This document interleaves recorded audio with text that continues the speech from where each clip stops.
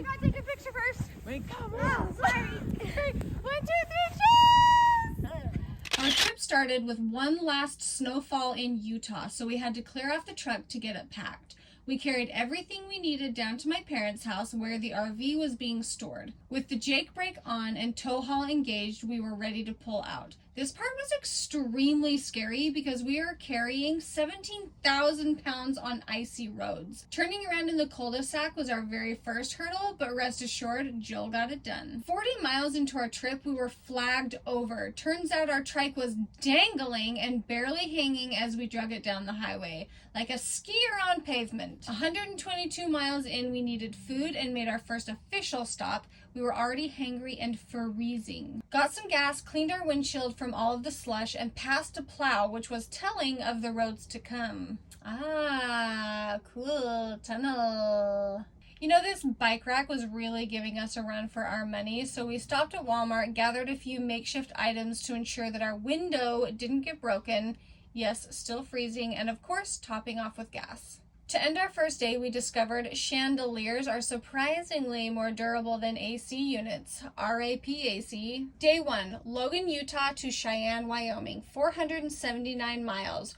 One road-rashed tricycle, and a violated AC unit behind us. Luckily, we didn't need the AC unit because it was a light, breezy -6 degrees throughout the night. However, we did have to make sure what was left of the AC stayed put. Topped off with fuel, cleaned the windows, and headed towards Denver, where we were flagged over again. Turns out RVs are not welcome in downtown Denver, and people were just telling us to politely move our rig out of their way. We discovered if you want to keep kids happy and quiet so you can get some real miles behind you, you just need giant suckers. After 300 miles more, fuel. This stretch of the highway had been closed for a few hours and everyone was being forced to exit. At the very last second, they opened the gates and allowed us through. As you can see, not everyone is equipped to plow their roads like Utah. We put the truck in 4-wheel drive and drove 30 miles an hour for 80 miles. Scary. At Salina, Kansas, we tucked Frank and Miles, our truck and trailer, in for a cold night's rest. Day 2, Cheyenne, Wyoming to Salina, Kansas, 537 miles, which were the worst driving conditions we have had. However, nothing was broken. RIP AC. Gotta love loves. Topped off with fuel and 90 pounds of propane.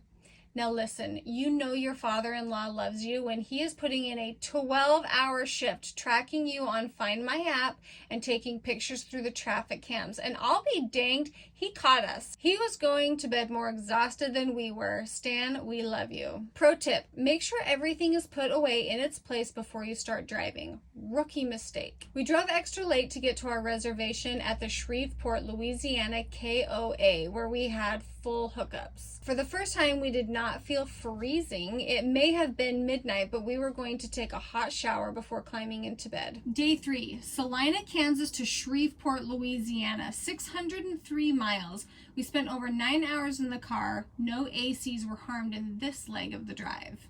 We were able to sleep in and did our very first load of laundry. After 3 days of travel, we all really needed to change our clothes and get clean. We visited family and got some barbecue and gumbo, slept one more night, and then hit the road again. We stopped at a personal favorite, Sal and Mookie's. The food was just as good and charming as we remembered. Pro tip number 2, package everything in plastic, not glass. Our vacuum still smells like taco seasoning. Again, rookie mistake. Day 4, Shreveport, Louisiana to Lucedale, Mississippi, 418 miles. The warm weather and yummy food made us feel like vacation had, started. Joel had noticed cars were ignoring him and not letting him over on the road. After some investigation, he found a blown fuse. Luckily, we slept at a Walmart where he quickly went in and purchased a new one and got it repaired in no time. With a creepy kid and a blinking light, we were back on the road, topped off with fuel, and cleaned the windows. Buc-ee's! If you know, you know. Also, Joel really loves penny smashing, so we had to go and do that. Day 5, Lucedale, Mississippi to Gainesville, Florida, 436 miles. We finally made it into Florida. Due to a cold front across the entire country, we were still a little cold but could feel the warm weather ahead. After spending 5 days on the road, it was time for Miles and Frank to have a shower of their own. We noticed everyone's spirits starting to brighten, being among the palm trees and sunshine. The truck and trailer were not the only ones who needed showers. We stopped at a Love's, and while we filled up with fresh water, we ordered some Olive Garden, which was right next to the Bass Pro where we slept. Day 6, Gainesville, Florida to Fort Myers, Florida, 258 miles. This was our shortest day on the road yet. We had a big dinner and watched Mrs. Doubtfire as a family. Can't show up dirty and exhausted.